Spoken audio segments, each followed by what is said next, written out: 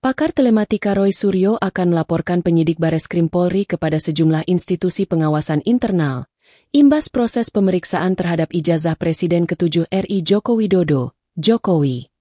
Tidak transparan penyelidikannya, dan bakal dilaporkan ke instansi di atasnya di Mabes Polri, ujar Roy, saat menjadi narasumber di program Adisti On Pon di YouTube Kompas TV, Jumat.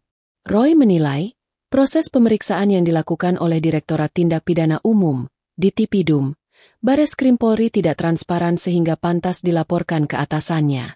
Akan dilaporkan ke, misalnya, Pengawasan dan Penyidikan, Wassidik, Kompolnas.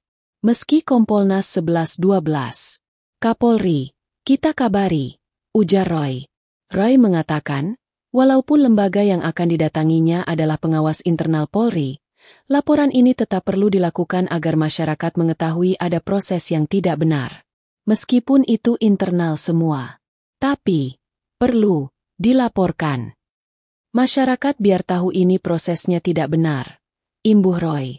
Ada beberapa hal yang menurut Roy janggal dalam proses penyelidikan dari Bareskrim Polri. Pertama, proses penyelidikan berlangsung secara tertutup. Ia mengatakan, perwakilan dari Egy Sujana dari Tim Pembela Ulama dan Aktivis, TPUA, belum sekalipun diperiksa penyidik. Ini prosesnya sembunyi-sembunyi. Harusnya gelar terbuka, ijazahnya tampilkan. Kemudian, undang pakar-pakar, biar semua terbuka, kata Roy lagi. Ia juga meragukan keaslian dari 3 ijazah pembanding yang digunakan Bareskrim Polri.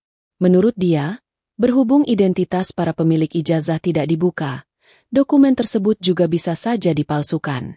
3 orang pemilik ijazah. Itu kita tahu apa identitasnya?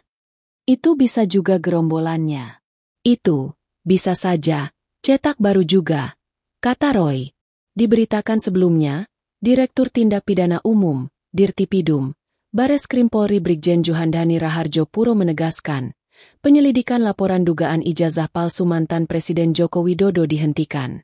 Hal ini diputuskan setelah Bareskrim menyelesaikan uji laboratorium forensik, LABFOR, terhadap ijazah Jokowi.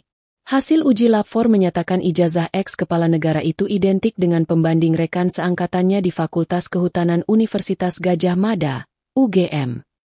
Dari proses pengaduan dapat disimpulkan bahwa tidak ada perbuatan pidana sehingga perkara ini dihentikan penyelidikannya, kata Juhandani dalam konferensi pers di Bareskrim Polri, Jakarta, Kamis.